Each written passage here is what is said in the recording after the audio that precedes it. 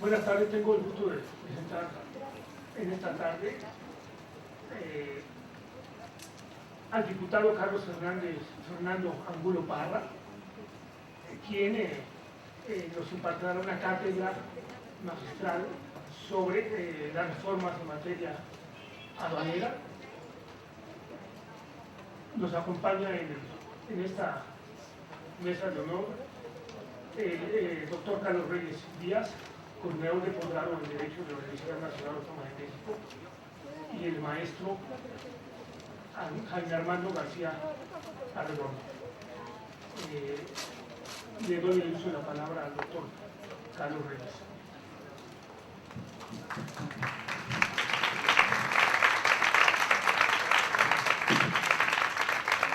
Muchas gracias, bienvenidos a todos.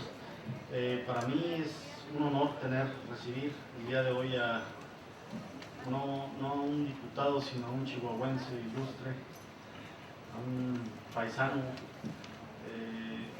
experto en temas de comercio y de reformas en materia fiscal, de exportaciones. Bienvenido, señor diputado. Ojalá nos visite con más frecuencia. Tenemos muchísimo que platicar con los legisladores aquí en la Universidad Nacional Autónoma de México. Y me voy a permitir, para no ocupar más tiempo y darle uso de la voz a quien realmente tiene algo interesante que decir, me voy a permitir leer solo algunas viñetas de la semblanza curricular del diputado Carlos Fernando Angulo Parra. Actualmente el diputado Angulo es diputado federal por el Partido Acción Nacional y secretario de la Comisión Especial de Industria Manufacturera y Maquiladora de Exportación. Es licenciado en Derecho y tiene una maestría en Derecho Fiscal. Ha ocupado varios cargos en el Partido Acción Nacional, ha sido integrante del Comité Directivo Estatal del Consejo Estatal, presidente del Comité Delegacional en el municipio de Ciudad Juárez, Chihuahua, apoderado general del Comité Ejecutivo Nacional, titular del área jurídica, miembro de la Comisión Política Nacional, miembro de la Conciliación y Defensa de Derechos Humanos de los Militantes, consejero nacional del partido, por supuesto, integrante del equipo jurídico del Comité Ejecutivo Nacional, fue en diversas ocasiones secretario de Acción Electoral en el municipio de Ciudad Juárez, integrante del equipo de transición del expresidente Vicente Fox Quesada. En la Administración Pública Federal fue titular de la unidad de enlace en la Secretaría, enlace legislativo, en la Secretaría de Gobernación. Así fue presidente fundador de la sección de la Asociación Nacional de Abogados del 97 a la fecha, lo sigue siendo. Fue presidente de la Border Trade Alliance, fundador de El Paso Ciudad Juárez World Trade Center, integrante de la Barra Mexicana Colegio de Abogados, consejero del Centro Humano de Liderazgo AC, integrante de Juarenses por la Paz AC, integrante fundador del Observatorio Ciudadano Seguridad Pública, integrante fundador de la Mesa de Seguridad Todos Somos Juárez, y también tiene actividad docente en la Universidad Iberoamericana, en la Universidad Autónoma de Ciudad Juárez, en el Instituto Tecnológico Regional de Ciudad Juárez, en el Instituto Tecnológico y de Estudios, en la Universidad Autónoma de Ciudad Juárez, también la maestría, y lo único que le criticamos es que no venga más seguido con nosotros aquí a la UNAM. Tiene varias publicaciones, coordinó y fungió como coautor del libro Doing Business in Mexico, el capítulo Maquiladoras Mexican Law for the American Lawyer en el 2010. Señor diputado, tiene usted uso de la palabra. Bienvenido nuevamente.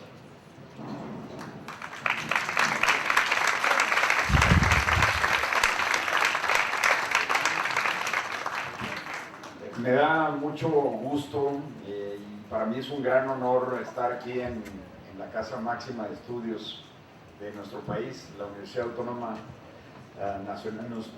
Nacional Autónoma de México. Mi padre es egresado de esta ilustre casa en 1939, cuando estaba allá en San Ildefonso.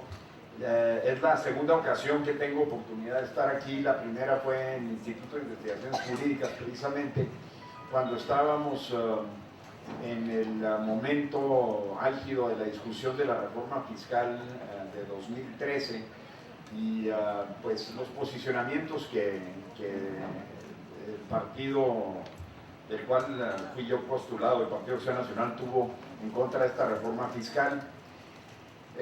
La intención de esta plática del día de hoy es con la siguiente visión. En primer lugar, dar a conocer a ustedes, y me da mucho gusto tener la oportunidad de dar a conocer a jóvenes estudiantes de lo que es el sistema de exportaciones de México, que empezó denominándose como industria maquiladora de exportación y ahora se llama industria maquiladora y manufacturera de exportación, y ahora le quieren eliminar la parte maquiladora para nada más denominarla manufacturera. ¿Por qué es esto? Bueno, porque la connotación maquiladora, el vocablo maquiladora es sumamente equívoco. Cuando uno dice la palabra maquiladora, se le viene a uno a la mente múltiples acepciones, menos lo que es.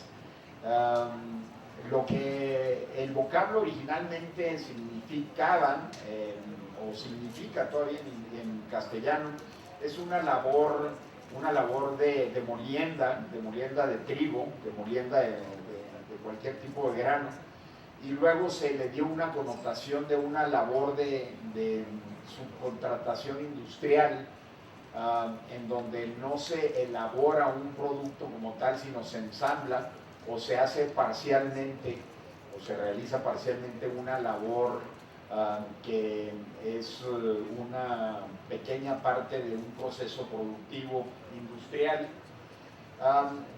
Como tal se le conoció en la jerga industrial en México durante muchos años, y como tal se concibió originalmente en los años 60. Esto tuvo como origen allá en el norte de la República, en Ciudad Juárez en particular, aunque Tijuana se la quiere atribuir, aunque Nuevo Laredo se la quieren atribuir, etcétera, hay algo de discusión, pero se dieron estos fenómenos de una forma más o menos concomitante en el norte del país, cuando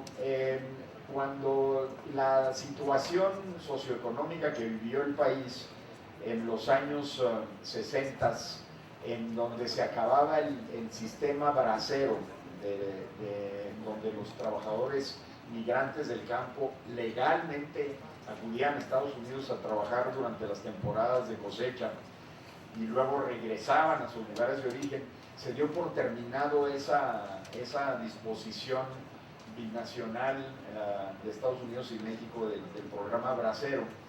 Y entonces hubo una gran preocupación por parte del gobierno federal y por parte de los habitantes de las zonas fronterizas de que iban a regresar todas esas personas y se iban a quedar en la frontera para ver de qué manera iban a poder subsistir. Imposible regresarse a sus lugares de origen porque simple y sencillamente no iban a tener cómo subsistir. Y entonces se hizo un análisis, se hizo un estudio por el Flagstaff Institute de Arizona, en donde un señor Bolin hizo, junto con otras personas de Boston, hizo un estudio en donde se determinó cuál sería el modelo económico ideal para sustituir en la frontera este programa bracero y darle cabida a esta mano de obra, una mano de obra no calificada para efectos industriales.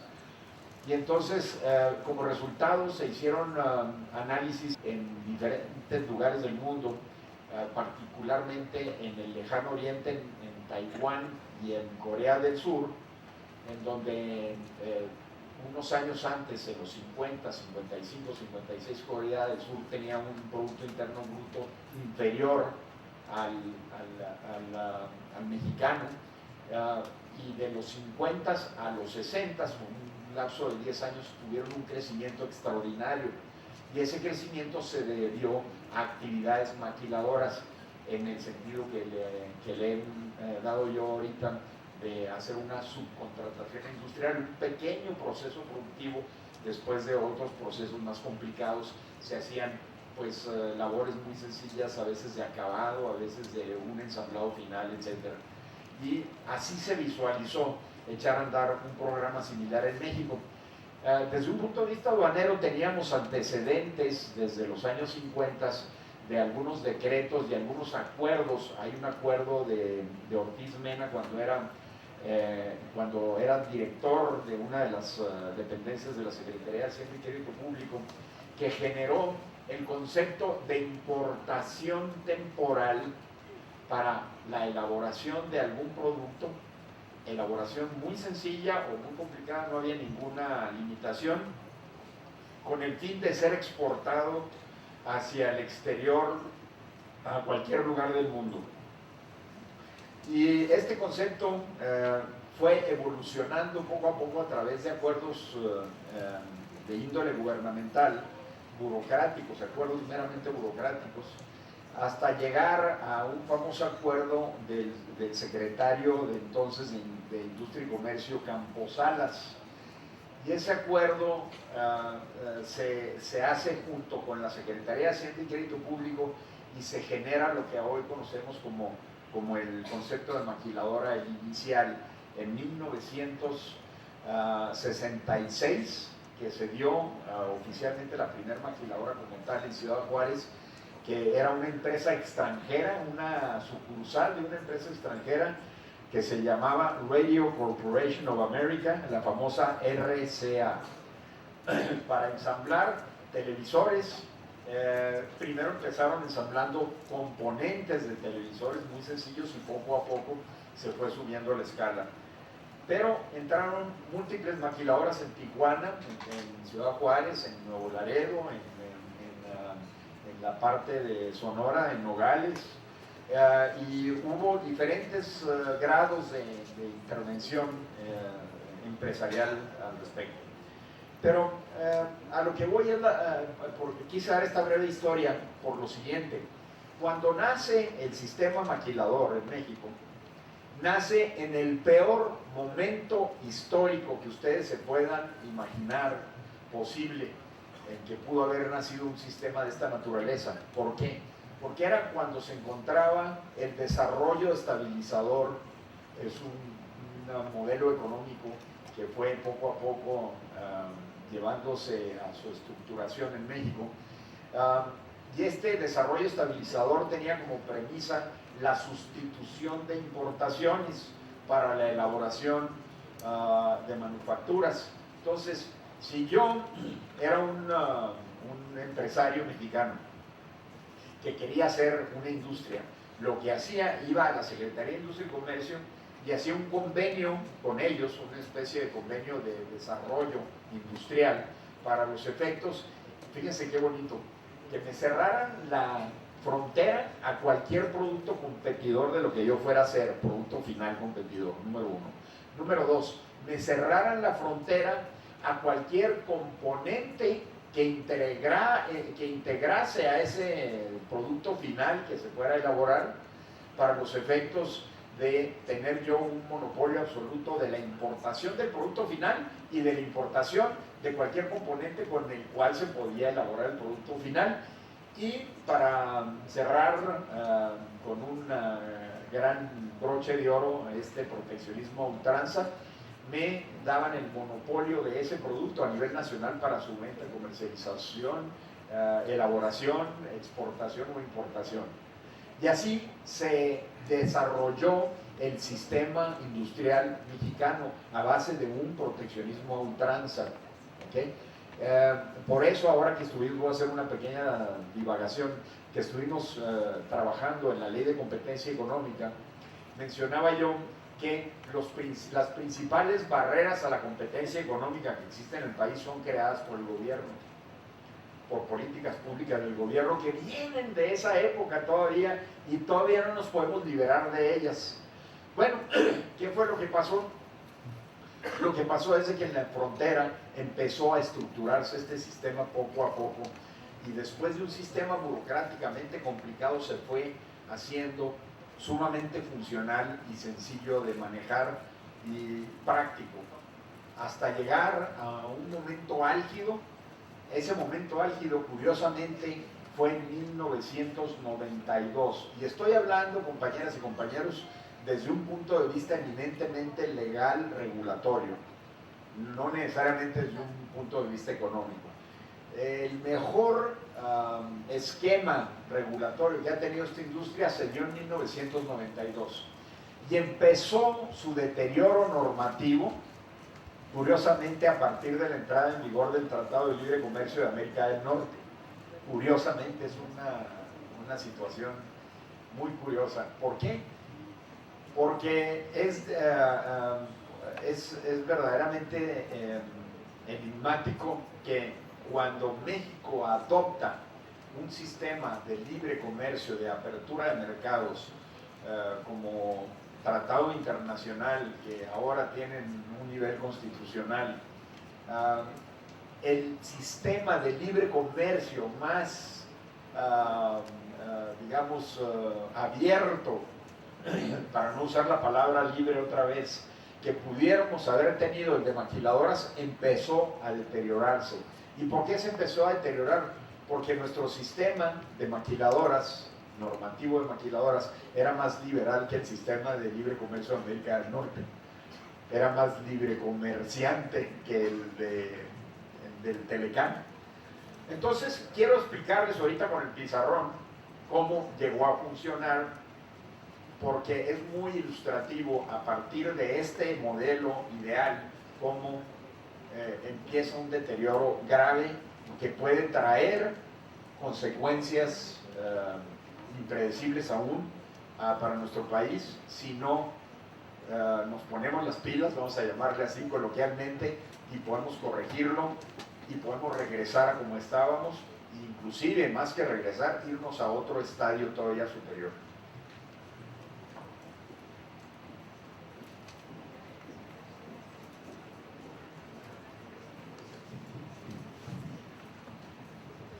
Miren, el esquema es muy sencillo.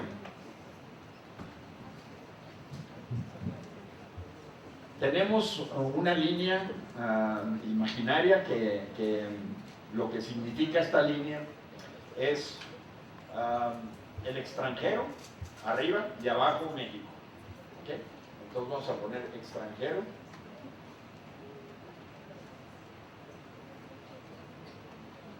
Y México. Bien. Este es el tablero de ajedrez con el que se mueve el sistema maquilador y el sistema de comercio exterior, básicamente. Lo voy a echar un poquito más para atrás. Ahí así. Bien, bueno,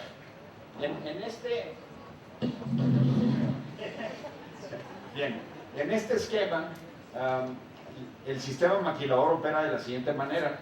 Se establece una compañía mexicana constituida conforme a las leyes de México, ley de sociedades mercantiles, o una SA o una SRL, que son las más comunes. Y en el extranjero hay una compañía, vamos a llamarle inicialmente equivalente. Entonces a esta le llamamos maquiladora, para que sea, le voy a poner Mac. Y a esta le vamos a llamar matriz, aunque es equívoco el nombre, pero nos entendemos de esa manera y ahorita les voy a decir por qué es equívoco.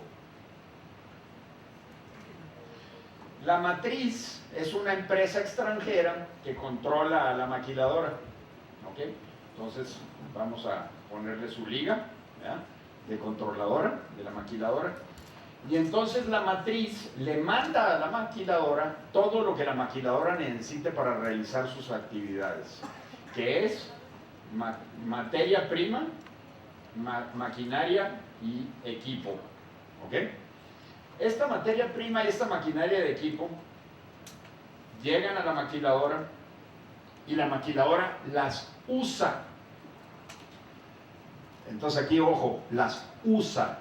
No se convierte en propietaria de ellas, sino única y exclusivamente las utiliza para sus labores industriales. Y la propiedad de esta maquinaria y equipo y de estas materias primas permanece en las manos de la empresa matriz. ¿Okay? Entonces, Con estos dos elementos productivos, la maquiladora lleva a cabo un proceso industrial que puede ser tan sencillo como agarrar este tapón y ponerlo en la pluma así, o puede ser un proceso de elaboración de un componente para una de las aerolíneas de un vuelo transatlántico, ¿ok? De los más sofisticados. No hay un límite en relación con lo que puede hacer la maquiladora desde un punto de vista industrial en ese sentido, ¿ok? Ahora bien, y aquí viene lo más importante de todo, esta producción sale del país, regresa a la matriz, para que la matriz lleve a cabo las actividades mundiales de comercialización del producto que elaboró la maquiladora. Ese es el esquema esencial de la industria maquiladora. Y así lo ha entendido el gobierno y así se ha comprendido perfectamente bien. Bien, ahora, ¿qué fue lo que ha venido sucediendo con la maquiladora? Que la maquiladora se ha venido sofisticando desde un punto de vista de necesidad para el país, para utilizar estos productos que nos vienen de importación desde el extranjero cuando fueron elaborados en México, con mano de obra nacional, y ahorita estamos hablando del 90 y tantos % de los dirigentes de las empresas maquiladoras son mexicanos, porque estamos hablando de 40 años de experiencia industrial. Y aquí ya no estamos hablando ahora sí de maquilar, estamos hablando de una actividad industrial en todo su contexto, que como lo quieran ustedes ver. Sin embargo, hay ese resquemor, no, tú eres maquiladora, así medio despectivo, ¿no? Pues sí, eres maquiladora, pero no saben ustedes, los que tengan una computadora Dell aquí en la universidad, todas las computadoras Dell del país son hechas por una industria maquiladora y son hechas en Ciudad Juárez. Todas, ¿sí? Todas las que se hacen en Norteamérica se hacen en Ciudad Juárez, ¿ok? Los iPhones, una cantidad mayoritaria de los iPhones que se venden en Norteamérica se hacen en Ciudad Juárez, y los hace una empresa no estadounidense, los hace una empresa taiwanesa que tiene una maquiladora en Juárez nacional, porque se tienen que constituir conforme a derecho mexicano, ¿ok? Bien. Ahora bien, ¿qué fue lo que pasó con esto? Que al ser necesarias las maquiladoras y al empezar a crecer nuestra industria exportadora en el país, empezamos a hacer machincuepas como esta. Una maquiladora le pasa a otra maquiladora su producción para que la otra maquiladora complete su producción, la complemente, y otra maquiladora se la pasa a otra, y puede haber cadenas productivas que se van desarrollando así, y entonces cada una exporta conforme va terminando con sus diferentes compañías matrices que van teniendo relaciones con ellas, ¿ok? Entonces se arma todo un embrollo, digamos, de relaciones comerciales de maquiladora a maquiladora, de matriz a matriz, etc. Ahora, vamos a dar unos datos estadísticos y luego regresamos a este embrollo para que comprendan cómo ha crecido esto.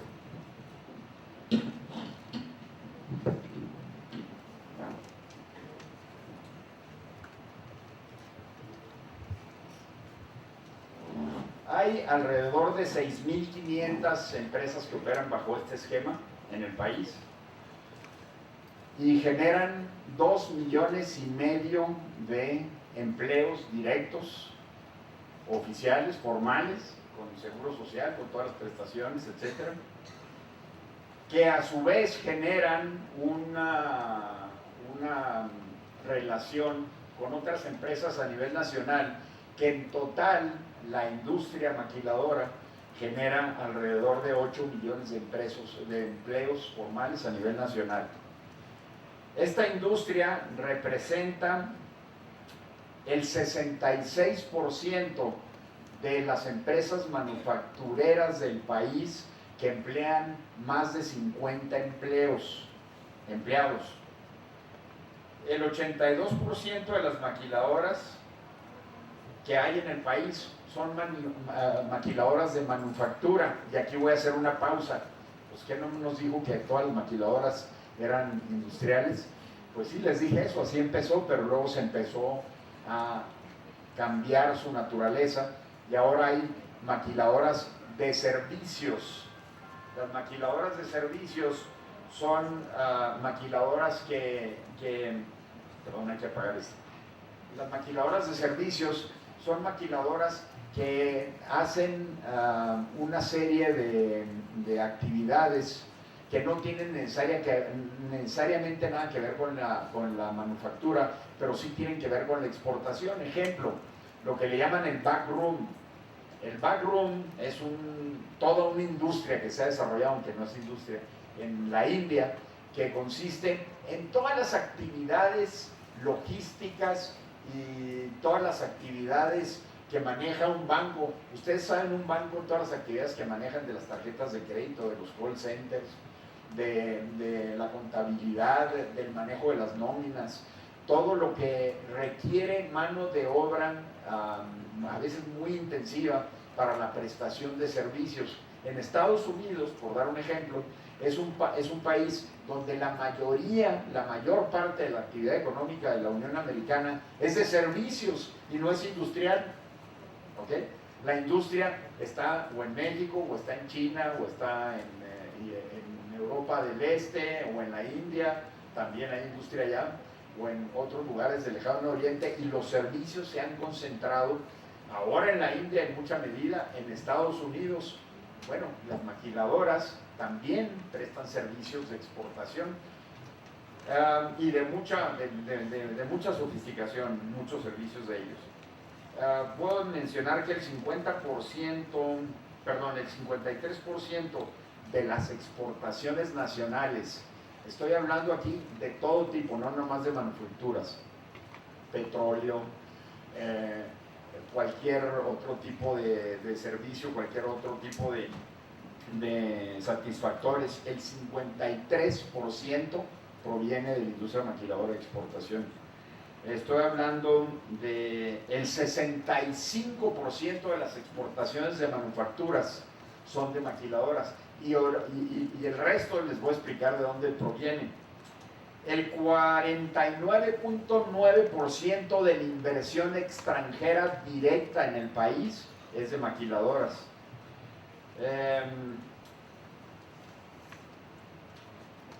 Esto pues denota una verdadera máquina locomotora del desarrollo económico del país, que por desgracia considero yo que está en jaque en este momento a raíz de la reforma fiscal, que es el tema de mi plática de hoy. Como la maquiladora se mueve dentro de un mundo de excepción, un mundo en donde la cuestión aduanera es excepcional en algunas formas, un mundo en donde la cuestión fiscal debe de ser excepcional para que se mueva de esta manera, etc. Voy a, en el desarrollo de esta plática, mencionarles pues algunas conceptualizaciones aduaneras. Esta industria,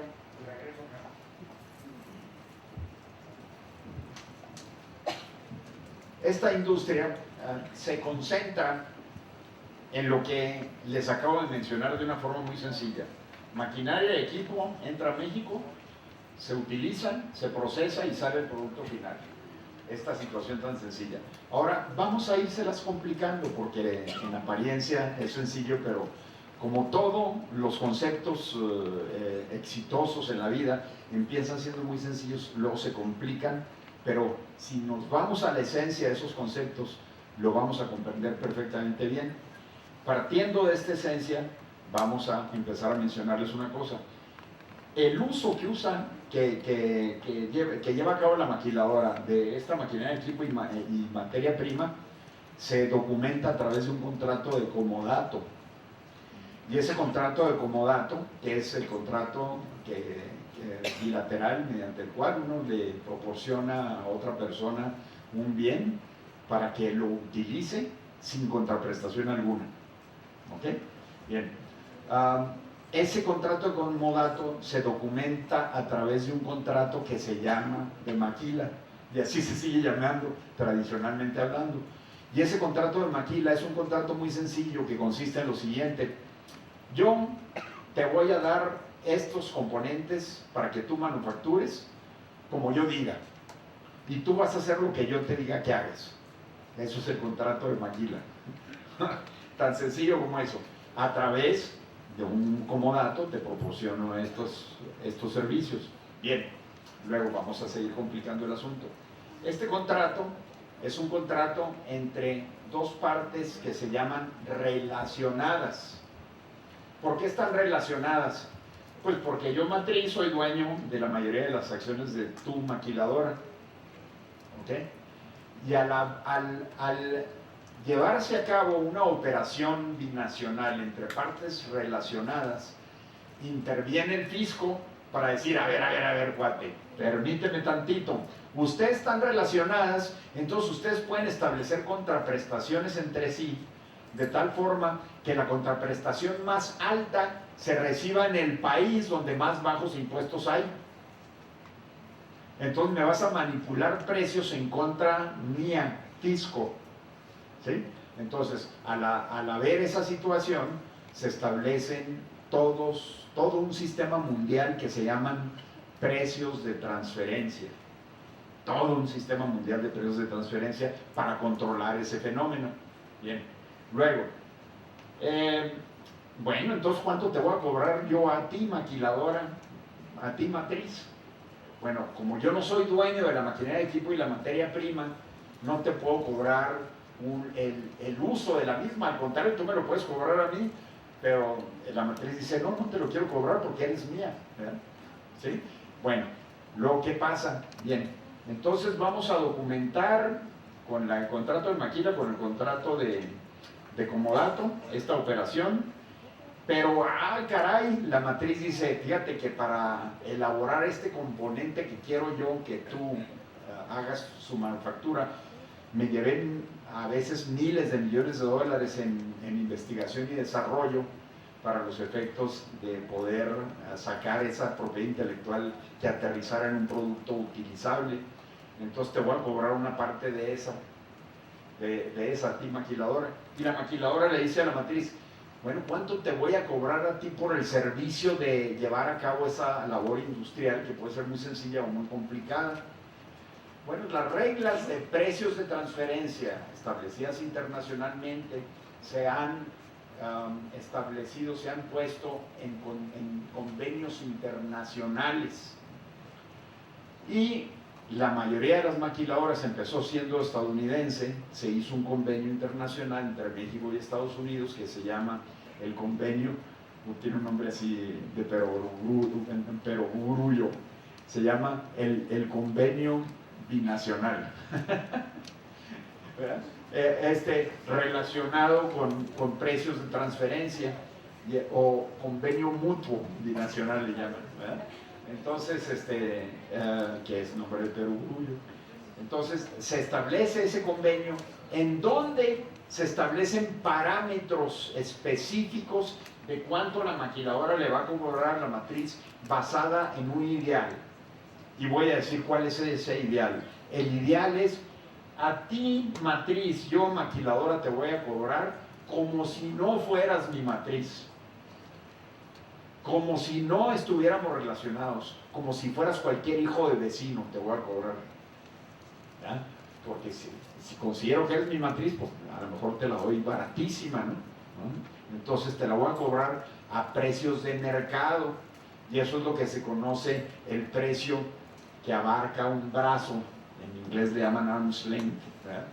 ¿Okay? Entonces es otro concepto que se establece. Otro concepto que se establece es la propiedad de esta maquinaria de equipo, pues está en el extranjero. Entonces se empieza a complicar la situación. ¿Qué pasa cuando yo, maquiladora, paso mi producto de una maquiladora a otra maquiladora. Pues hay que tomar en consideración lo siguiente, y aquí empezamos con uno de los datos esenciales aduaneros. Esta importación de la maquinaria y equipo y de la materia prima es una importación que no es definitiva, no hay una intención de operar en el mercado nacional, es una intención de operar en el extranjero, de exportar hacia el extranjero. Ya vieron ustedes las cantidades, las cifras son impresionantes. Bien, entonces, esta importación es temporal, y como temporal es la importación, está libre de impuestos de importación. La tarifa del impuesto general de importación le da absoluta exención, digamos, a las importaciones temporales. Y también exención le daba, y aquí empezamos con los habas, le daba exención al impuesto al valor agregado, porque era la esencia de esta industria. ¿Y qué pasaba? Si por alguna circunstancia yo vendía en México, lo que pasaba era muy sencillo: me pagas, chiquito, lo que no me pagaste de impuestos de importación y lo que no me pagaste de IVA. Y entonces sí, ya puedes operar de esa manera. Bueno, pero sigamos complicando la cosa. Bueno, inicialmente, cuando se establecen las maquiladoras, se establecieron como centros de costo, no como centros de utilidad. Las utilidades se iban a hacer en el extranjero y en México íbamos a cargar con los costos, y lo único que le interesó al gobierno mexicano en los años 60, 70 y 80 era generar empleo en las fronteras para poder encargarse de ese cúmulo de mano de obra que llegó de los braceros a México. Y cosa muy curiosa, los primeros entrenamientos que se le dieron a los primeros obreros de maquiladoras, ¿saben en qué consistían? En cómo usar un excusado, cómo prender un interruptor de luz, un switch, cómo conectar una máquina a donde está la alimentación de la energía eléctrica, etc. Eran total y absolutamente rurales, no sabían lo que era vivir en una ciudad, y en eso consistían los cursos de capacitación para los empleados de entonces. En cambio, ahora los cursos de capacitación para los empleados de ahora son qué es un capacitor, qué es un inductor, cómo se transfiere la corriente eléctrica de un lugar para otro, cuáles son los efectos físicos de determinado proceso industrial, etcétera, etcétera. Se ha sofisticado esto exponencialmente después de 40 años de experiencia industrial. ¿Ok? Bien. Entonces, importación temporal, no pagan impuestos de importación, no paga IVA, se exporta y estás libre de todo pecado. ¿Ok? Bien.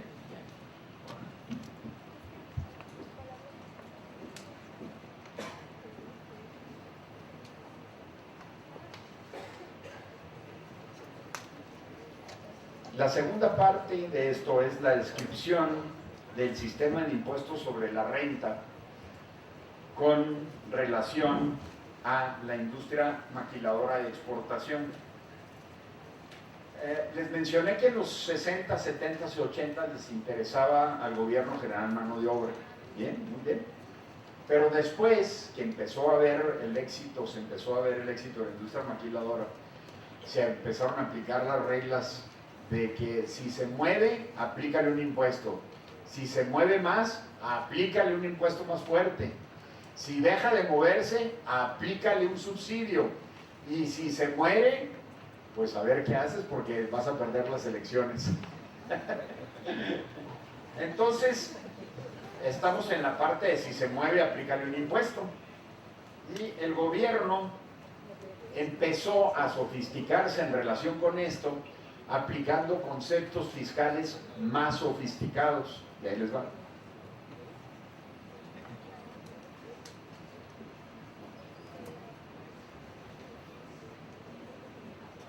Siguiendo el mismo esquema, existe un concepto en impuestos internacionales que se llaman precios de transferencia, y se llama, otro concepto, establecimiento permanente. El establecimiento permanente, yo le llamo, lo he mencionado a veces, mis colegas me critican por eso y se burlan de mí, es una especie de espectro, pero no como pochamente se ha entendido últimamente lo que es el espectro. Lo utilizan maestros como ámbito, como si fuera un sinónimo de ámbito, el espectro. No, el espectro como es un espectro. El espectro lo que es un espanto, es una calavera, es un fantasma. ¿Okay?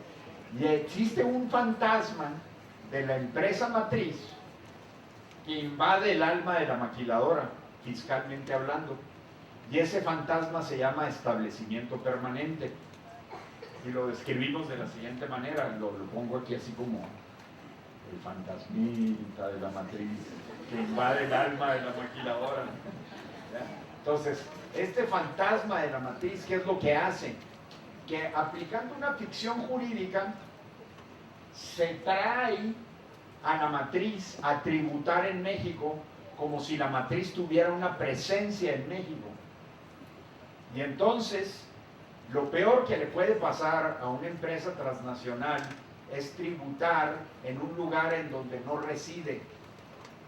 Porque hay diferentes sistemas de tributación, pero en las compañías, en las corporaciones, en las personas morales, generalmente se tributa en donde residen.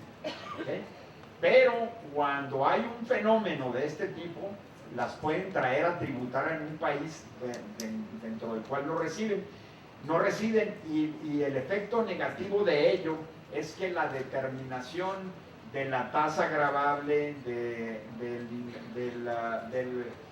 la determinación de la actividad gravable más que de la tasa gravable puede ser muy difícil de aterrizar.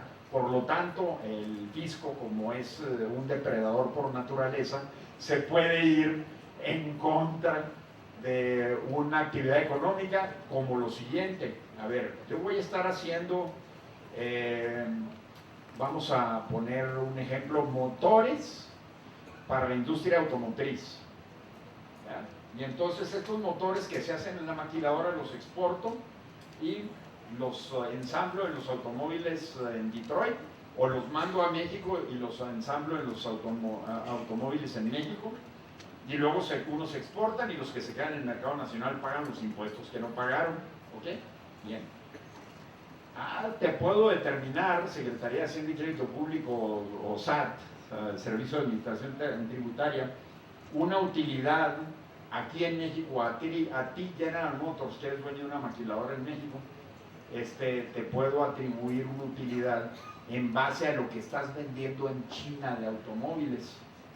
¿Por qué? Porque algunos motores se fueron para allá, etcétera, etcétera, y como en China haces un montón de utilidades allá, entonces yo te voy a atacar aquí el impuesto sobre la renta, y van con la maquiladora y le atribuyen el impuesto sobre la renta no a la maquiladora, a la matriz, y la maquiladora es solidariamente responsable. Entonces, algunos activos que pudiera tener la maquiladora, como por ejemplo su unidad industrial, que no está en Comodato, la unidad industrial, sino está en México, aquí enterrada, ¿verdad? Entonces puede haber ese tipo de problemas. Bueno, para esos efectos se celebró este convenio mutuo con Estados Unidos, internacional, y se establecieron metodologías para fijar los precios de transferencia que había mencionado yo, de que no me cobres muy caro, compadre, cóbrame tan barato, mejor cóbrame a valor de mercado, bajo la siguiente inducción.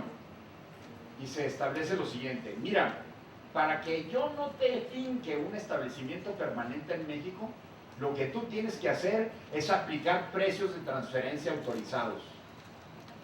¿Okay? Porque si no los aplicas, te finco el establecimiento permanente. ¿Y por qué te finco el establecimiento permanente, jurídicamente hablando?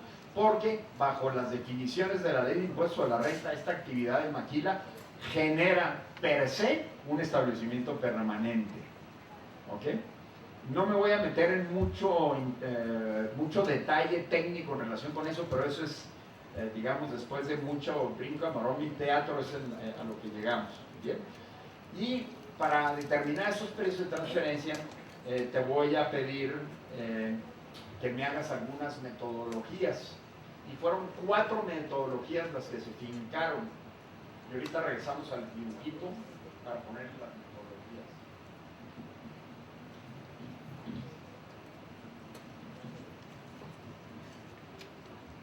Pero recuerden el dibujito siempre, ¿eh? No lo pierdan de vista. La primera metodología es, yo te voy a permitir que hagas una estructura de precios inventada por nosotros, los fiscos de Estados Unidos y México, que consiste en lo siguiente: me vas a pagar impuestos sobre la renta sobre el mayor de 6.9% del valor de los activos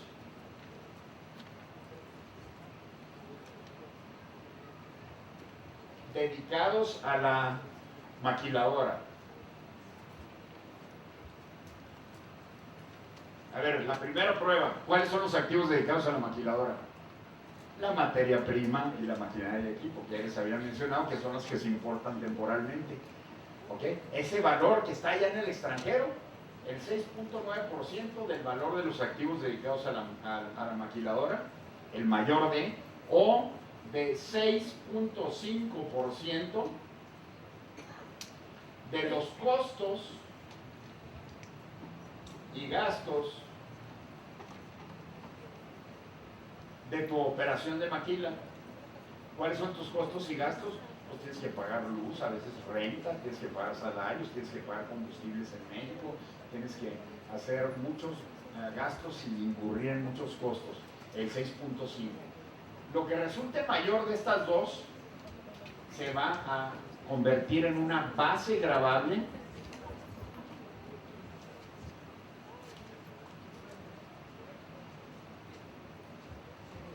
que es, digamos, a partir de donde va a salir el impuesto sobre la renta, a esa base gravable se le van a aplicar, y aquí no hay, aquí los costos se determinan si te vas a esta fórmula, ¿verdad?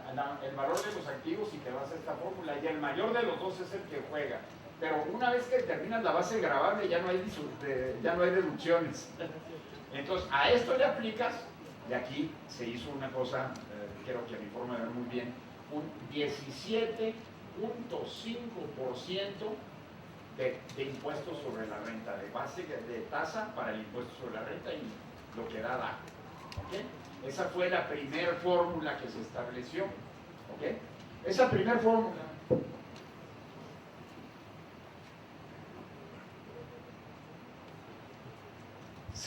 a esa primera fórmula se añadieron otras metodologías más.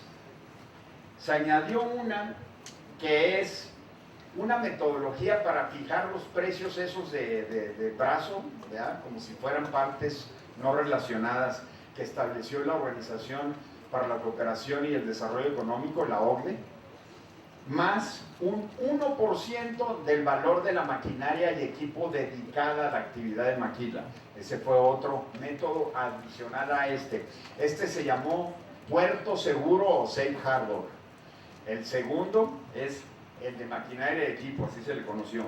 Y luego el tercero era los costos más un nivel de utilidad fijado por las metodologías de la OCDE, más el 1%, ese es el segundo. Y después, el tercero era un retorno en activos, fijado conforme a metodologías de la OCDE también. Y finalmente, un convenio con Hacienda o con el SAT, ya sea nacional, unilateral con México, o binacional, acuerdo Holanda, México, acuerdo Estados Unidos, México, etcétera, etcétera. Estos fueron los 4 métodos que se establecieron. Bien, ahora, ahí voy. Resulta que estamos compitiendo en esta industria con muchos países, porque esta industria, su producto es en el extranjero y genera divisas y genera empleos, ¿ok? Y representa más del 50% de nuestras exportaciones a nivel nacional. Y quiero decirles una cosa de las exportaciones mexicanas que muy poca gente sabe. Ustedes no saben que Brasil y el resto de Latinoamérica, si los ponemos juntos, exporta menos que México. Entonces, México es un jugador de primera magnitud a nivel mundial en el mundo de las exportaciones, que ni siquiera conjugando a Brasil, que es el doble de tamaño de población de nosotros y es una economía más grande que la de nosotros, junto con los demás países de Latinoamérica combinados, no exportan más que nosotros. ¿Ok? Bueno, pues resulta que China tiene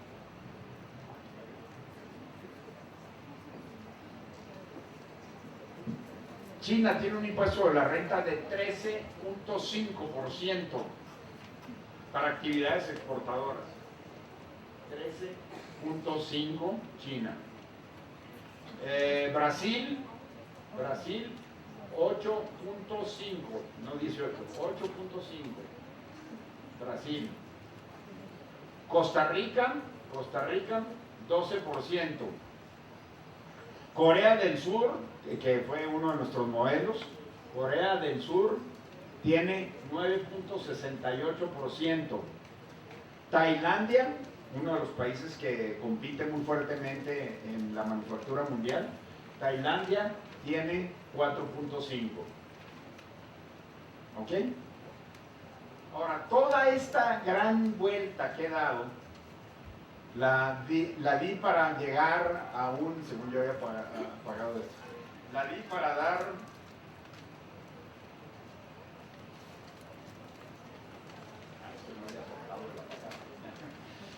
la di para toda esta vuelta que acabo de dar, la di para llegar a una conclusión respecto a la reforma fiscal de 2013, qué es lo que hizo. Ya ahí les va. Lo que hizo la reforma fiscal es lo siguiente: nomás dejó, número uno, esta metodología, la de Puerto Seguro, como válida para los efectos de establecer precios de transferencia. La reforma fiscal dejó el convenio con el gobierno, ¿okay? Pero las otras dos metodologías, que son las de la OCDE, las eliminó por completo. Y resulta que esta metodología del puerto seguro se deriva nada más de un tratado internacional, que es el tratado con Estados Unidos. Los tratados con el resto del mundo no traen esta metodología. Entonces muchas maquiladoras utilizaban, es más, esta metodología fue la que menos se utilizó porque era la más cara. Y se utilizaron las metodologías de la OCDE, que son universalmente aceptadas y son más baratas inclusive para establecer una base más baja. Y por el otro lado, aumenta la tasa de la reforma fiscal del impuesto sobre la renta del 17.5 al 30%, y luego todavía le agrega un pastel del 10% de repartición de dividendos. Entonces nos vamos a una tasa final que puede llegar hasta el 40%. Entonces, ¿qué es lo que esto ocasiona? Lo que esto ocasiona es, ¿qué se llama eso?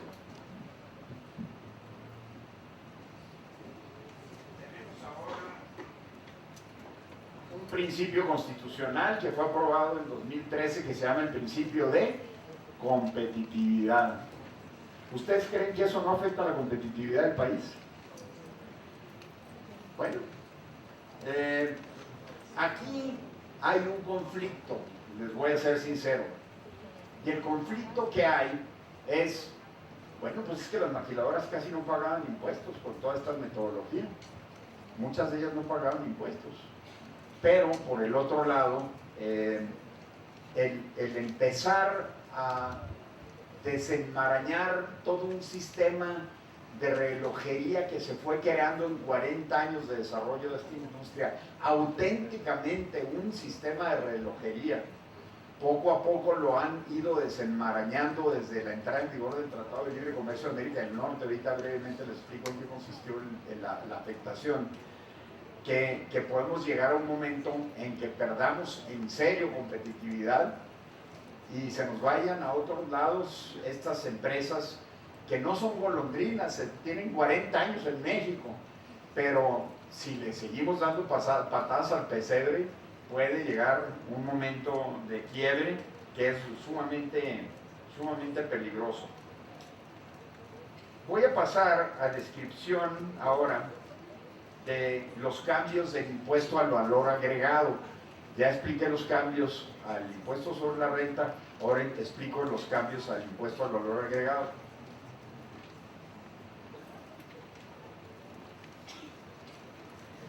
Y les va a gustar más porque no tiene números y los abogados que estamos aquí le tenemos así como urticaria los números, ¿verdad? Yo soy el primero en reconocerlo.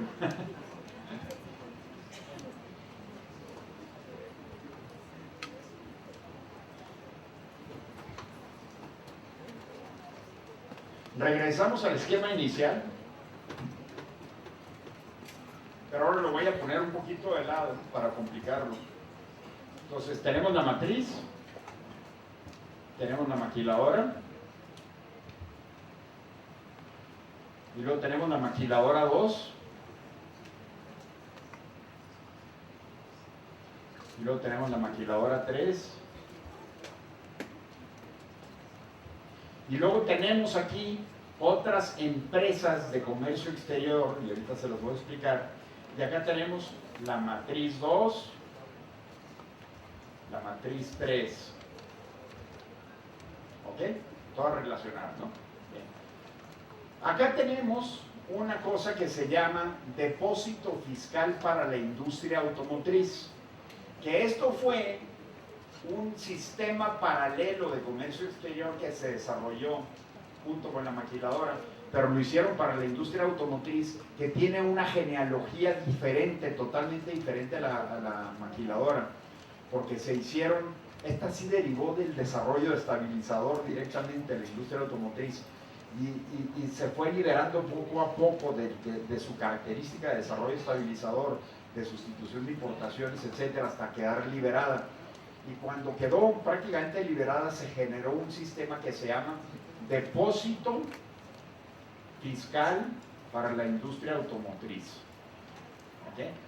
En donde en un lugar cerrado y controlado entra materia prima y maquinaria y equipo, pero cuando entran a ese lugar no entran en importación temporal, es una importación definitiva que no paga impuestos porque está en un recinto fiscalizado.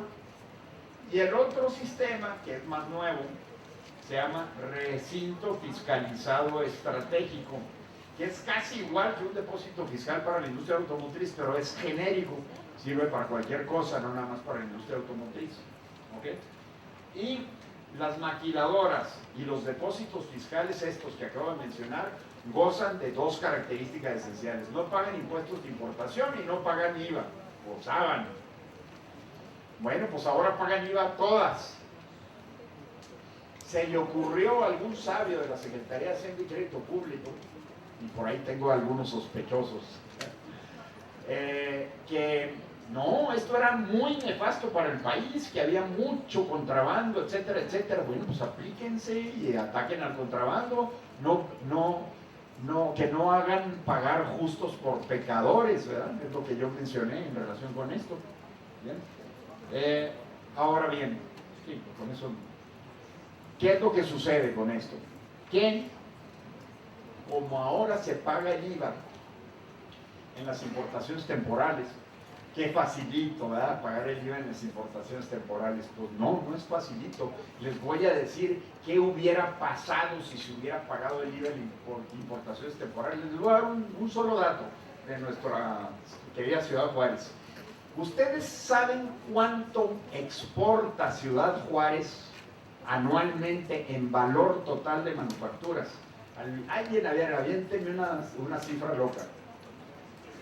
A ver, un macho o una mujer valiente. A ver, una cantidad, cualquiera. ¿45 qué? 45 millones de dólares.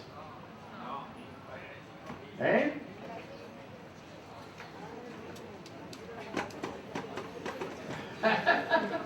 Bueno, ahí les va.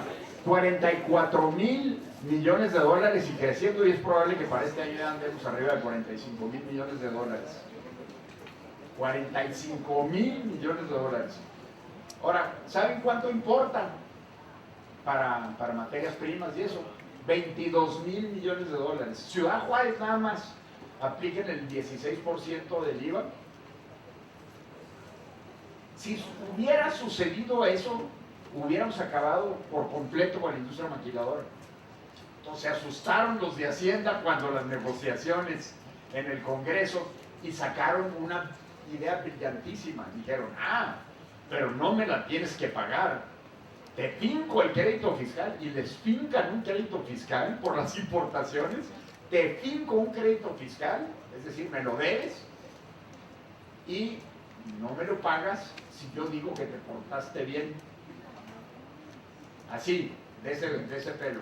Entonces eso se llama certificación.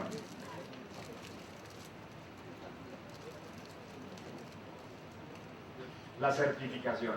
Y la certificación, pues es verdaderamente, si yo digo, si te portaste bien, porque con esta industria, con este cúmulo de actividades que hacen, etcétera, etcétera, si les aplican el rigor de la ley completo, nadie, escúchenme, nadie puede comprobar que lo que se importó se exportó cabalmente con un sistema de control de inventarios. Y aquí tenemos varios contadores que nos dicen que es imposible hacer ese tipo de situaciones en una industria que en una sola ciudad exporta 44,000 millones de dólares. ¿Okay? Entonces estamos bajo la férula, bajo la buena fe de las autoridades hacendarias.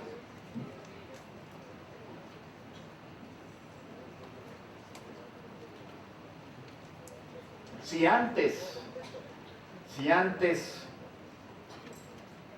teníamos la espada de Damocles sobre la cabeza de las maquiladoras, de que si les comprobaban que no hubieran exportado todo, les cancelaban el programa de maquila, que es muy grave eso. Ahora, aparte de cancelarles el programa de maquila, les van a fincar el crédito fiscal por todas sus importaciones. Entonces es verdaderamente un pasivo contingente muy difícil de mascar, por así decirlo, ¿no? Y como Hacienda acostumbra, empieza a hacer favores. Ya que ve que la riegan, entonces ahora sí existen los alivios del impuesto de la renta. Una situación muy grave que hay de la reforma en el impuesto de la renta, y ahorita regresé de nuevo a renta, es que eliminaron el concepto de maquiladora de servicios como un concepto que se le puede aplicar al sistema fiscal especial del cual gozan las maquiladoras para tener competitividad. Eliminaron, por alguna extraña razón, las maquiladoras de servicio. Por lo tanto, nosotros no podemos evolucionar de un sistema industrial hacia un sistema de servicios de mayor valor agregado, de mayor capacitación intelectual, de mayores salarios, etcétera, porque Hacienda no quiere que evolucionemos, quiere que permanezcamos siendo manufactureros. ¿Ok?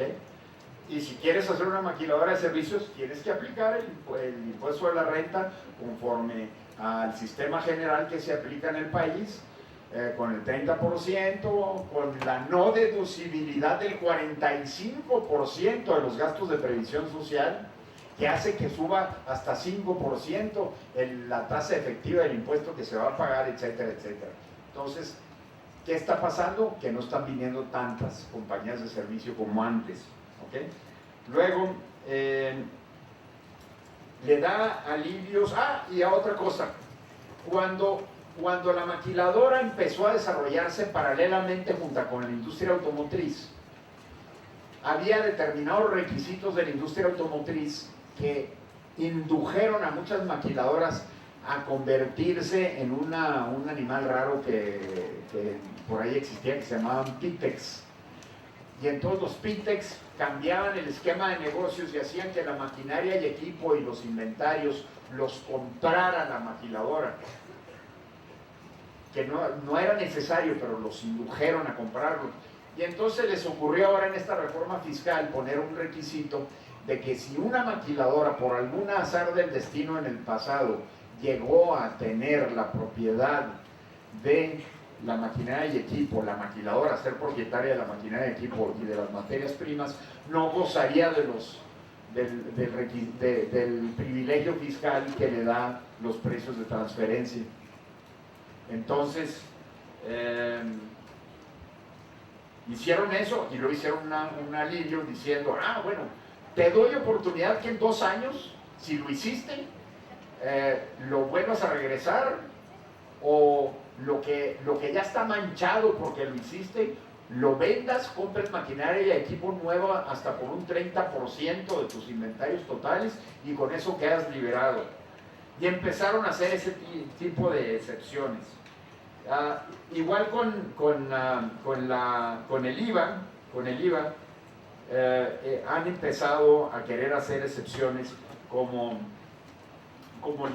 para la certificación del control de inventarios, quieren hacerlo más sencillo, etcétera, pero todas son resoluciones misceláneas que pueden ir cambiando. En conclusión, compañeras y compañeros, lo que quiero yo decirles es lo siguiente: hay mucho más jiribilla en esto, pero el tiempo es limitado para una plática de esta naturaleza. De hecho, yo doy un curso en la Universidad Autónoma de Ciudad Juárez que se llama Régimen Legal de la Industria Maquiladora de Exportación, que es todo un curso de maestría que dura alrededor de 60 horas. Entonces, hay mucho donde escarbar aquí desde el punto de vista aduanal, desde el punto de vista fiscal, ¿no? Si nos metemos en cuestiones aduanales, verdaderamente hay un mundo de cosas que ver aquí.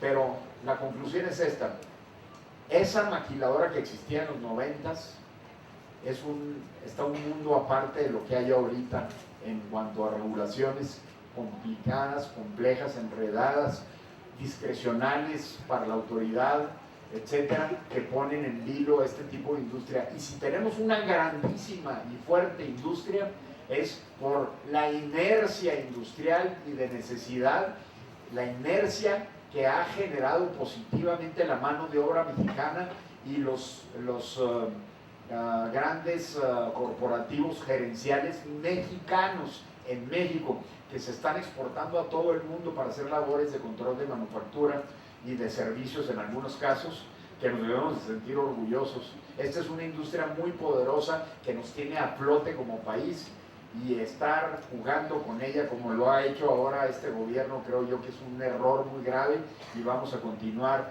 en la escena política luchando para poder regresar a la maquiladora lo que debe de ser y generar tantos empleos que México necesita. Muchas gracias, no sé si haya lugar a preguntas. Muy amables.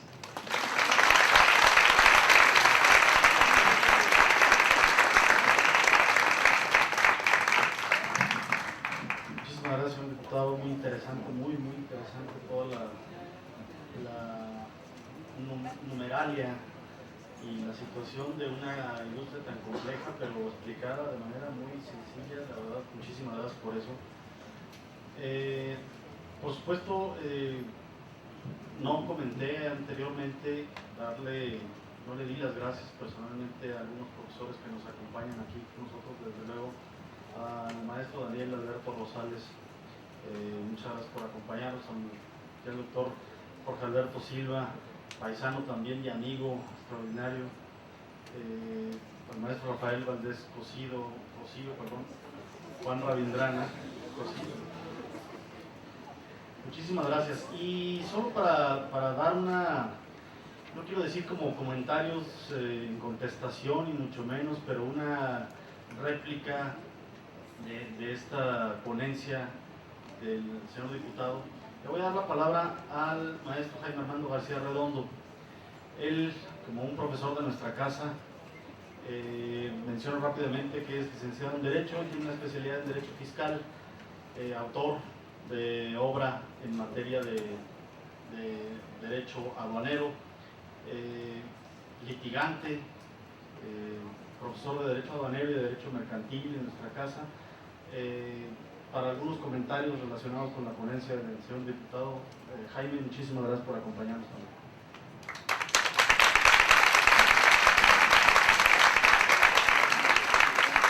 Agradezco la invitación del seminario, agradezco la visita del diputado. Para la comunidad universitaria es muy importante que tengamos el punto de vista de un legislador y sobre todo de un legislador que estuvo en esta discusión de la reforma fiscal, polémica para muchos de los sectores industriales. ¿Por qué? Porque se han gestado 2 oleadas de amparo nada más en este año debido a esta reforma fiscal. Y para poner en números la importancia de la maquila, me gustaría reflejar unos datos del INEGI del periodo enero-junio 2014, y en números los establecimientos manufactureros en México son 5.058. El personal ocupado, es decir, empleos en maquila, son 2.159.000 empleos generados en el año. Salarios pagados, es decir, cuánto se le paga a esa gente por prestar servicio en una maquila, según INEGI, son 131.664 millones de pesos. La maquila representa para el país el segundo lugar de ingresos después del petróleo, y por debajo de la maquila está las aportaciones de migración y el turismo, de tal suerte que la maquila se ha convertido en nuestra segunda fuente de ingresos. Si hoy por hoy hipotéticamente pensáramos que el petróleo desaparece, la maquila sería la que nos sostendría en el país. Así de importante es la maquila. Por supuesto que la maquila nos da competitividad. Sin embargo, uno de los problemas de la reforma es el que se establece el 16% de IVA a la importación temporal para maquilas. El que se exentara de impuesto al valor agregado a la maquila le daba competitividad. ¿Por qué? Pensemos en un pedimento de importación de una empresa automotriz que está trayendo cerca de 30 millones de pesos en partes. Ese IVA, el descontar ese IVA, representa para la empresa canalizar esos recursos a otras partes de la empresa y hacer que crezca. Pero si tú le estableces un IVA, afectas financieramente a la empresa en flujo de efectivo. Si bien es cierto, conforme al legislador, lo que están haciendo ahora es acreditar el impuesto, lo cierto es que en lo que tú retornas ese recurso a través de devolución, porque obviamente se genera tasa cero, lo que estás provocando es que por todo ese tiempo la empresa pierda capital. Y perder capital para una empresa es un problema grave, porque una devolución hoy día en Hacienda, por más que nos diga la Secretaría de Hacienda, se está tardando promedio 3 meses. 3 meses que no tienes millones de pesos en la bolsa. Al respecto, se ha dicho que esta reforma tuvo presión de la OCDE. ¿Por qué? Porque por comentarios de la OCDE se pensó que el dar exenciones fiscales provocaba planeación fiscal. Es decir, una empresa maquiladora que ingresa mercancías al país y si no paga el IVA, lo que puede hacer es planear fiscalmente para evadir posteriormente el pago de los impuestos para el caso de que la mercancía ingrese al país de manera definitiva. Se ha dicho también que lo que buscó Hacienda es evitar que se adquieran mercancías de proveedores extranjeros, evitándole comprar a los nacionales, con lo cual se pierde competitividad también para los productos nacionales. Y también se dijo que para Hacienda es invertir muchos recursos, tanto humanos como materiales, en estar vigilando a las maquiladoras.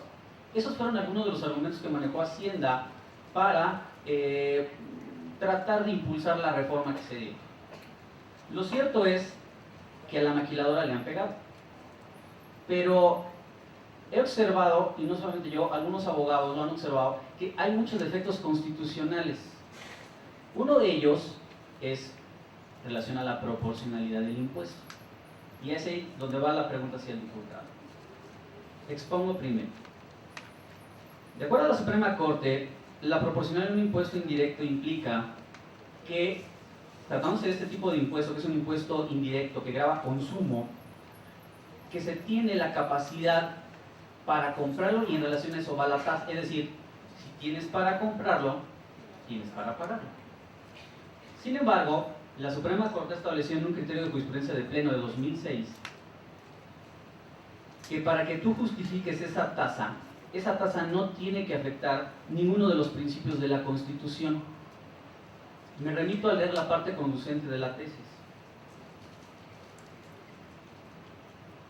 Dice el rubro: Planeación democrática del desarrollo nacional y sistema nacional de desarrollo social se fundamentan en los artículos 25 y 26 de la Constitución Federal.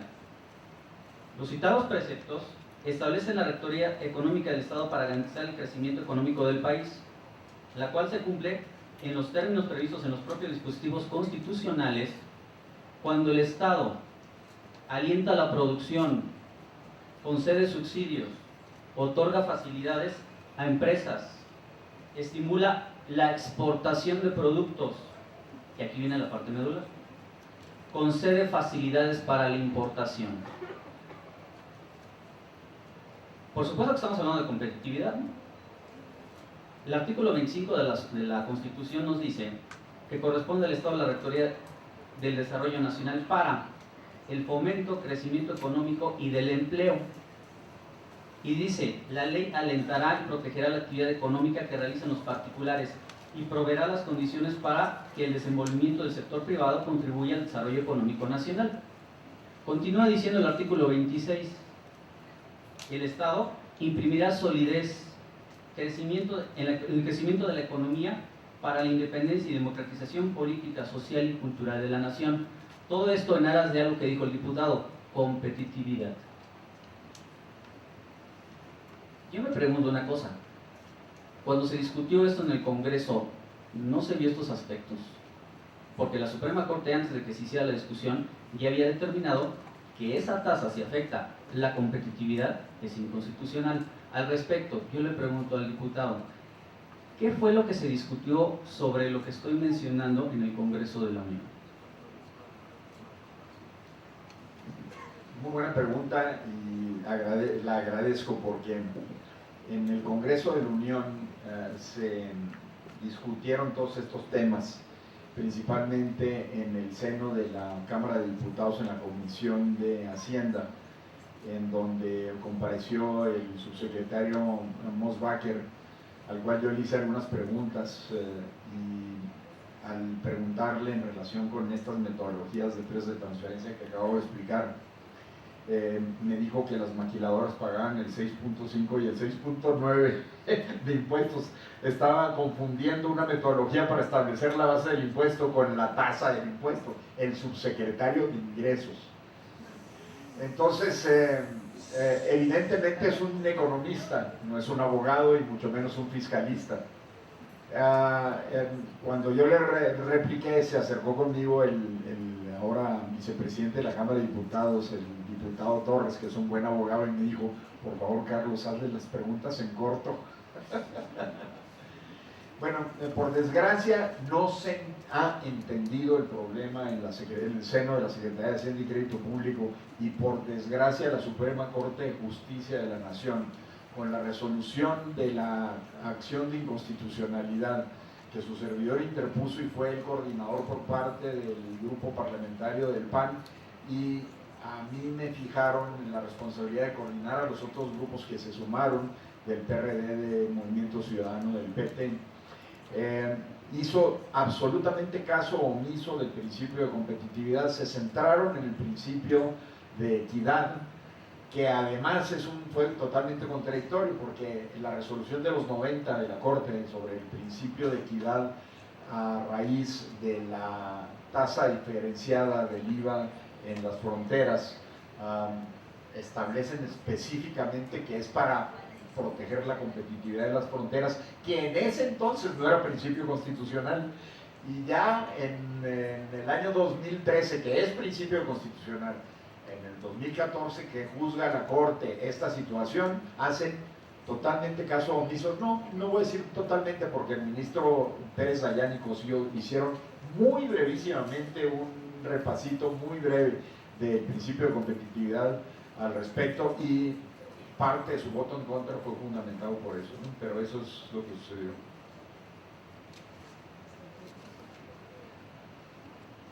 Vamos un poco más al fondo del asunto. Como todos sabemos, a partir del 2011 se hizo la reforma constitucional en materia de derechos humanos, de tal suerte que los derechos humanos están ya a nivel constitucional. Y tal suerte que los tratados internacionales que contengan derechos humanos, pues bueno, tendrán que ser observados por el Estado mexicano, tal suerte que son un derecho positivo mexicano y son pues obligatorios para todos. A partir de esa premisa, existe un concepto que se acuñó que es el control difuso del convencionalismo. Es decir, todas las autoridades del país, en todos los niveles, tienen que respetar derechos fundamentales.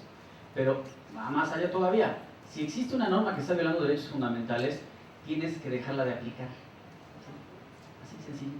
Además, tratándose de derechos fundamentales, siempre tendrá que ser la interpretación pro persona, lo que más le beneficia a la persona. Bueno, partimos de esa idea. Uno de los tratados internacionales, como todos lo sabemos, es el Pacto de San José, la Convención Interamericana en Materia de Derechos Humanos, que para nosotros es obligatorio.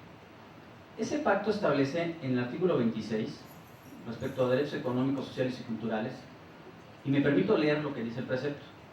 Los Estados partes se comprometen a adoptar providencias tanto a nivel interno como mediante la cooperación internacional, especialmente económica y técnica, para lograr progresivamente la plena efectividad de los derechos que se derivan de las normas económicas, sociales y sobre educación, ciencia y política contenidas en la Carta de la Organización de los Estados Americanos, reformada por el Protocolo de Buenos Aires. El Protocolo de Buenos Aires es una de las reformas que se hace a la Convención de Estados Americanos. Ese instrumento ingresó a México desde 1967, pues nosotros lo firmamos desde el 67. Al respecto, este instrumento dice en el artículo 31, los Estados miembros, a fin de acelerar su desarrollo económico y social, de conformidad con sus propias modalidades y procedimientos en el marco de principios democráticos, institucionales del sistema interamericano, convienen en dedicar sus máximos esfuerzos en las siguientes metas básicas. Inciso C, sistemas impositivos adecuados y equitativos. E, industrialización acelerada y diversificada. M, promoción de la iniciativa y la inversión privada en armonía. Y la más fuerte, expansión y diversificación de las exportaciones. Señores, estamos hablando de derechos fundamentales. Yo creo que alguien no hizo la chamba al momento de hacer esta iniciativa, porque es evidente la inconstitucionalidad de muchos aspectos de ella. Al respecto le pregunto otra vez al diputado, cuando ustedes le replicaron al Congreso de la Unión, perdón, al Ejecutivo Federal, ¿cuáles fueron sus puntos para sostener esta reforma? Fue grilla. Y voy a mencionarlo de alguna manera. El contexto político histórico en el que nos encontramos en ese momento era que el Ejecutivo Federal estaba impulsando su reforma energética. El Partido de Acción Nacional ya había presentado previamente a la iniciativa del presidente Peña Nieto su iniciativa energética, y la izquierda en su totalidad se había posicionado rabiosamente en contra de la reforma energética y quisieron hacer un acercamiento en primera instancia con la reforma energética, con la iniciativa presidencial muy aguada que presentaron de reforma del artículo 27 constitucional, poniendo por enfrente a Lázaro Cárdenas, ¿no? Que Lázaro Cárdenas dijo cuando expropió el petróleo, etcétera, etcétera, ¿no? Y al mismo tiempo hubo un acercamiento, como le decimos a veces vulgarmente en las jergas políticas, en lo oscurito, con el PRD en particular, para sacar una reforma fiscal que incidiera en actividades que generan riqueza principalmente. Y ellos le dieron la connotación política, cobrarle más a los ricos para darle a los pobres, ¿no? Yo cuando me posicioné en el Pleno de la Cámara de Diputados le llamé la reforma Robin Hood, ¿eh? Entonces, esa fue la situación que prevaleció. Para ser totalmente sinceros, la mención al Pacto de San José se hizo en la acción de inconstitucionalidad. No lo habíamos estudiado a fondo en el desarrollo del proceso legislativo, que creo yo que lo debimos de haber hecho, porque pues además su servidor es secretario de la Comisión de Derechos Humanos de la Cámara de Diputados. Entonces, una falta de mi parte, en el sentido que lo hicimos hasta la acción de inconstitucionalidad, ya ahogado el niño, pero hubiera sido un argumento verdaderamente contundente. Por último, una pregunta más. ¿Nos refiere usted que ahora, con la emisión de la reforma a la ley del IVA y, bueno, perdón, el 16% a la importación en maquilas, la Secretaría de Hacienda tiene un mecanismo para tratar de subsanar las cosas que se llama miscelánea fiscal? Emites una ley, ves que políticamente no empieza a cuadrar, se empiezan a inconformar a muchos sectores de la industria, ¿y qué hace? Miscelánea. Y después viene segunda, tercera, cuarta, quinta y las que quieran, ¿no? Por todo el año, ¿no? Y las va cambiando conforme vayan las presiones económicas y políticas del país. Pero ahora sobre el 16% emiten, lo que refiere el diputado, una certificación. ¿Qué quiere decir? Que si tú, maquiladora, cumples con mis requisitos, con lo que yo digo, y además como que te doy chance, pues entonces, ¿sabes qué? Pues que no pagas. Pero si observamos miscelánea fiscal, no existen parámetros objetivos para ello. Queda mucho a la subjetividad. Y al respecto, pues, si lo vemos de un punto de vista constitucional, uno de los principios de seguridad jurídica en materia fiscal es que la autoridad no puede hacer lo que ella desea. Es decir, que no puedes dejarle a la autoridad las cosas que las haga como ella considere. Y al respecto yo le hago una pregunta al diputado.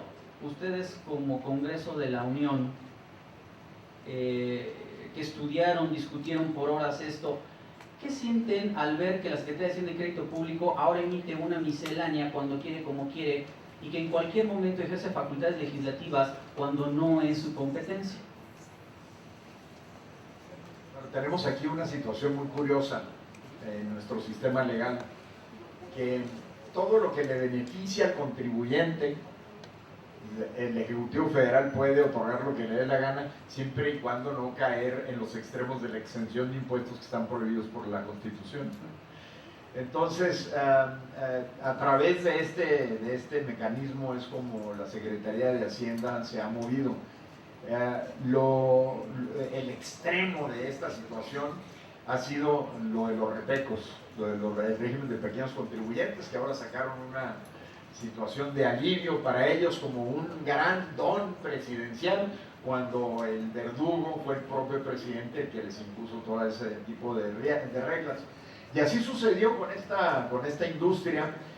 Antes de que entrara en vigor la reforma fiscal, sacó el Ejecutivo Federal un decreto presidencial que ni siquiera fue miscelánea, fue más que miscelánea, fue un decreto presidencial para darle alivio a la industria maquiladora en relación con las metodologías que acabo de mencionar de precios de transferencia. Existe la del precio convenido con Hacienda, y el precio convenido con Hacienda sí juega el elemento de la deducibilidad de los gastos de previsión social, que se las perdonan a las maquiladoras.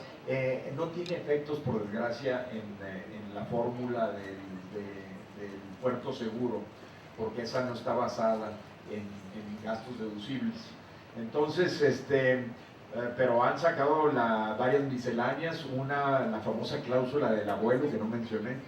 La cláusula del abuelo, bueno, sí lo mencioné, es la de cuando eran Pitex y que se convirtieron de maquiladoras a Pitex, y entonces mancharon su maquinaria de equipo trayéndola a México al inventario nacional. Entonces les dieron ciertos alivios con esa cláusula del abuelo, etcétera. Pero definitivamente creo yo que es una práctica nefasta del gobierno federal, y el PRI no es el único pecador, el PAN fue muy pecador también cuando estuvo 12 años en el gobierno federal, en el Ejecutivo Federal, aunque Hacienda acá siempre estuvo dominado por priistas, pero ¿para qué entramos en esos temas? Se dio mucho eso. Primero el error pasó con el YETU hubiera desaparecido a las maquiladoras del mapa, y luego hicieron un decreto presidencial anti-YETU en favor de las maquiladoras. Eso pasó también con otros conceptos que le afectaban mucho a las empresas. Ahorita estamos en un lapso legal, ahí sí es de ley, de 4 años para que las empresas de plan de albergue tengan que constituirse en México sus clientes del extranjero, y ahí no sé también qué vaya a pasar, ahí tenemos muchas sugerencias, pero en fin, a lo mejor viene un alivio luego para ellas, es algo que hace que se pierdan los principios básicos de derecho que todos debemos de buscar en políticas públicas, que haya seguridad y certeza jurídica. Gracias. Me queda claro que este tema es un tema que en los próximos meses dará que hablar, porque el Poder Judicial debe estar resolviendo la oleada de amparos. Tan solo entraron 15,000 amparos en esta materia. Se saturó el Consejo de la Judicatura Federal en admisiones, tardaron hasta semana y media en acordar acuerdos, porque es evidente los defectos. Basta con revisarlos y verlos con meridiana claridad, y es garrafal cómo se hizo. Se hicieron tantas reformas que el Ejecutivo no tuvo el cuidado de revisar los aspectos técnicos, y uno de los aspectos que estaba refiriendo es los derechos fundamentales. Se les fue. Entonces será interesante ver cómo van a justificar lo que no tiene justificación, y sobre todo ante la presión de empresas transnacionales. Pensemos en una Volkswagen, pensemos en laboratorios alemanes, que van a ejercer verdad presión en tribunales para que eso se revierta, porque implica perder competitividad no solamente para el país, para ellos, y fuentes de empleo. Ahí es donde se va a empezar a reflejar, en la fuente de empleo. Lo primero que sacrifica a una empresa transnacional es empleados. Ahí es donde pega. O recorta salarios. Entonces, será interesante verlo, pero es muy interesante ver el punto de vista del legislador. Por mi parte no tengo más preguntas. No sé si los compañeros del panel quieren hacer alguna pregunta.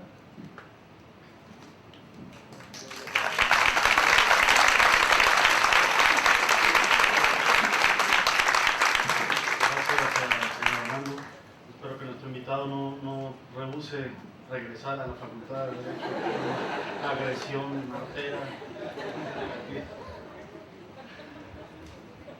Tengo la obligación de preguntar a alguien del auditorio si tienen alguna pregunta antes de concluir este evento.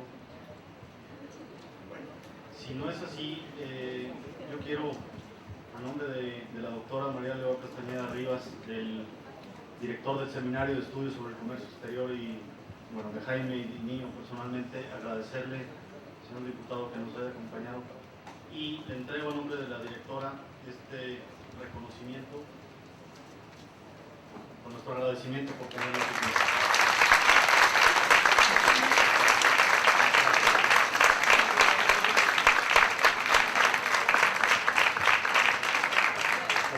También un reconocimiento al maestro Jaime Armando García Redondo por esta participación. Pero sobre todo, fundamentalmente, les agradecemos a todos ustedes la atención y su participación el día de hoy. Muchísimas gracias.